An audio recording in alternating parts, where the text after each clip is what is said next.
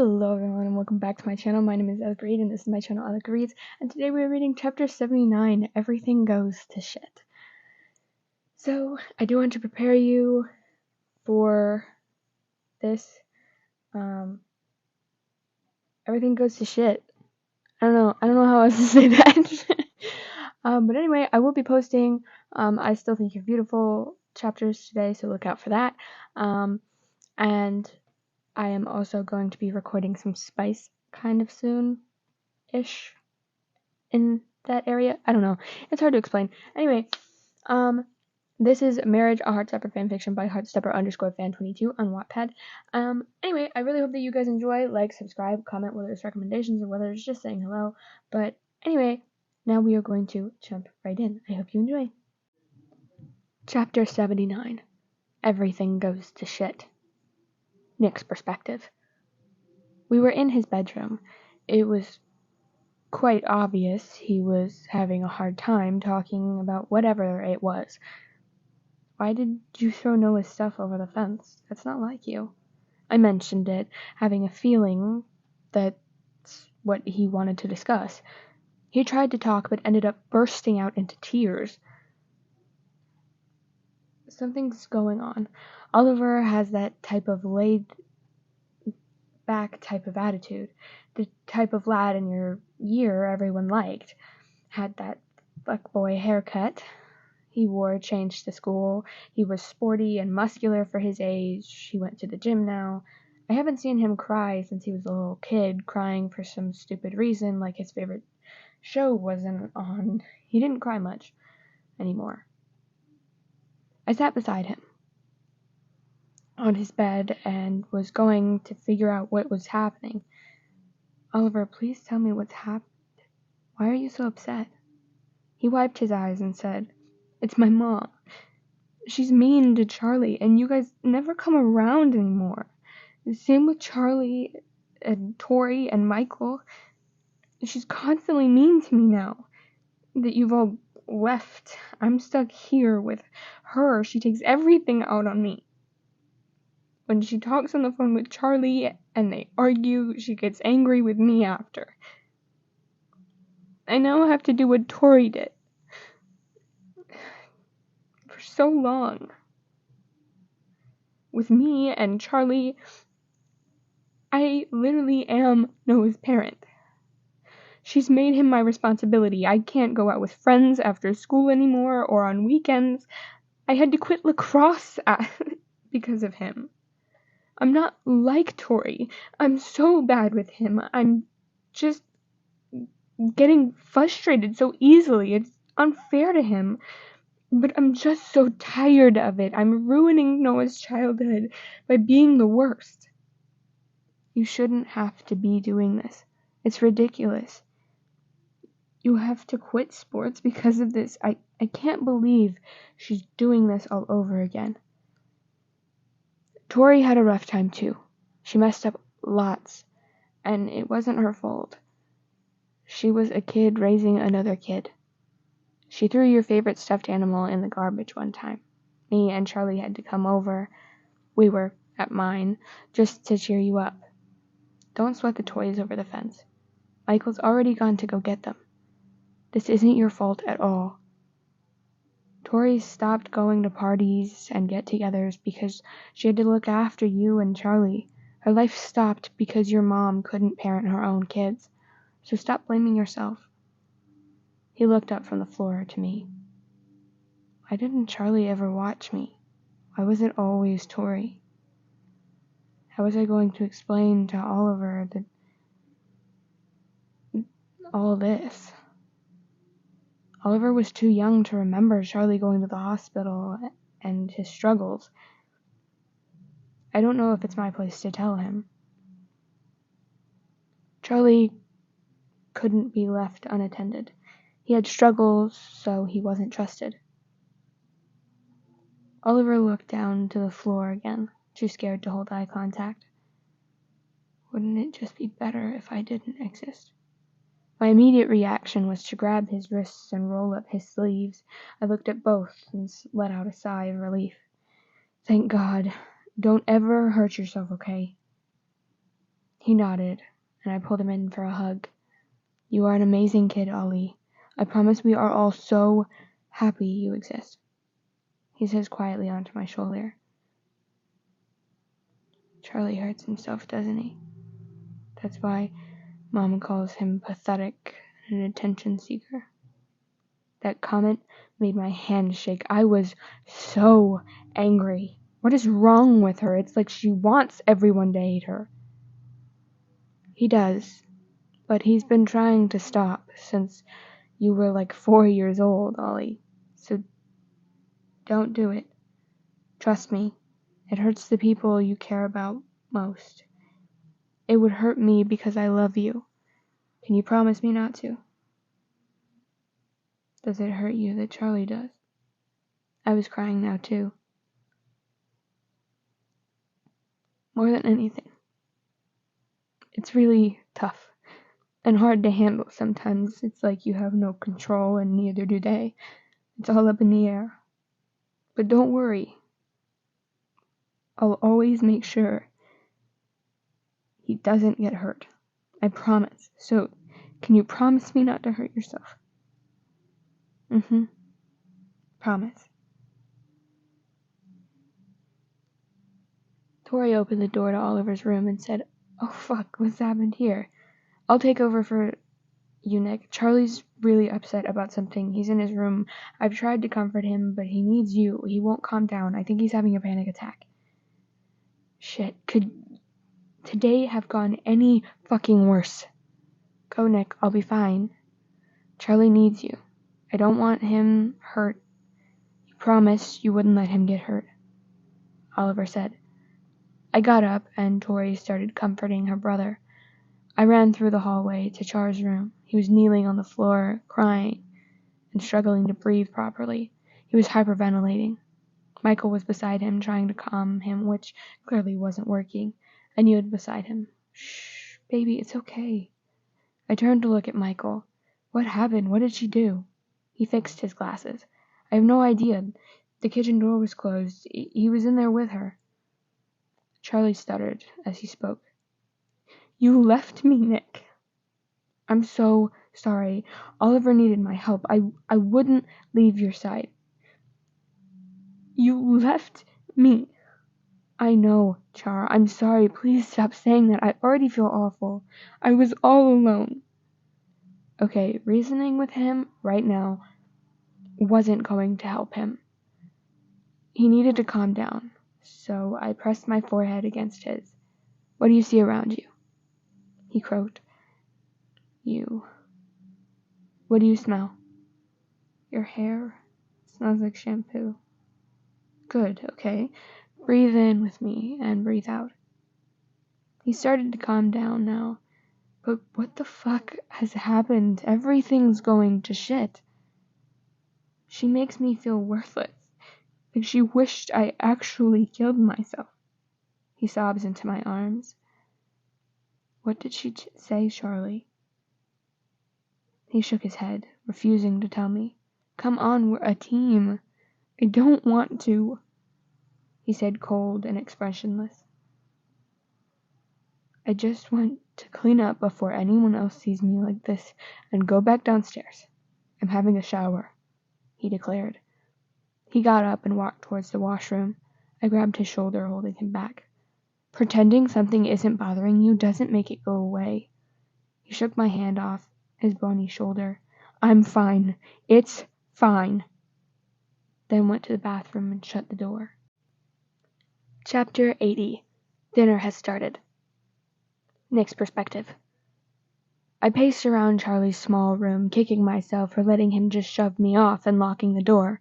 I should have done something. Stopped him from pushing me away like that. I wish I made sure he was okay before he locked himself away from everyone. From me. I went to check on Oliver, but I couldn't risk not being right here in case Charlie needed me. I heard the door click, and the knob turned. Charlie appeared, slipping through the crack of the door. Hair damp, the same clothes he had wore here. His eyes looked calm, and not a red, raging color, like before, Weirdly enough, he had a smile on his face. I had expected him to come out crying, upset, and I hate to say it, but I thought he would have cut himself. He just seemed so upset, so emotionally tore. He was acting emotionally irrational, but now he walked out seeming fine, like nothing even happened. I could feel the tense feeling of relief wash over me. He was okay. My baby was okay. But the worry wasn't gone yet. You can't get over something in the span of 15 minutes. Whatever it is wasn't good and wasn't going to go away that easy. It would be a battle. He came up to me, resting his hands on my shoulder, pulling me in slightly, pressing his soft, cherry pink lips against mine. I pulled away. This didn't feel right. I felt as if I shouldn't even be kissing him in this situation. I felt as if I was preying on his emotions. I know I wasn't, but it felt wrong to be making out with him while he was in this mindset, this emotional distress. Charlie, what happened? He avoided my question like it wasn't even said at all. Kiss me, he said in a whiny voice. I kissed his cheek and rubbed my hand down his jaw. You're so amazing, Charlie. I hope you realize how much I admire you. He smiled and put his hands on my chest. Will you kiss me then? He said. I started to get annoyed. Why wouldn't he stop messing around and just tell me? I don't want to be on the outside of our house looking through the window, not until you tell me what your shit mother said to you. Right as those words, unthought out words, left my mouth, I felt like the worst fiancé ever. Even though his mom was awful to him, he still loved her and would always defend his family no matter what. I should have never disrespected his mom like that. He took a step back from me, and his smile turned into a frown. What the hell, Nick? Charlie, I'm sorry, that was way out of line. I didn't mean it, I'm just upset. I grabbed his hand and kissed it. How can I make it up to you? I said in a desperate tone. He said in response, forget about it. What happened earlier? Doesn't matter. My only option at this point was to agree. I'll figure this out later, somehow, but for now, I'll just drop it. Even though it pains me to. Okay, I will. I love you so much. He kissed me on the lips, reciprocating my affection. Charlie's perspective. Nick was off my back finally. I couldn't tell him. Even if I wanted to, I wouldn't know how. The cold water running down my skin helped my mind clear any thoughts of bad thoughts. It would lead me on a dangerous path that I would regret. My therapist suggests trying cold showers. He was right, they do help. I grabbed Nick's hand as I lead him down the stairs as my mom's voice filled the empty spaces and cracks in the house, unifying everyone together for dinner. Her words didn't spin around my head like normal. It felt like they were spinning the rest of my thoughts around in my head, making me only think one thing. Nick grabbed my thigh underneath the table, his soft touch pressing down.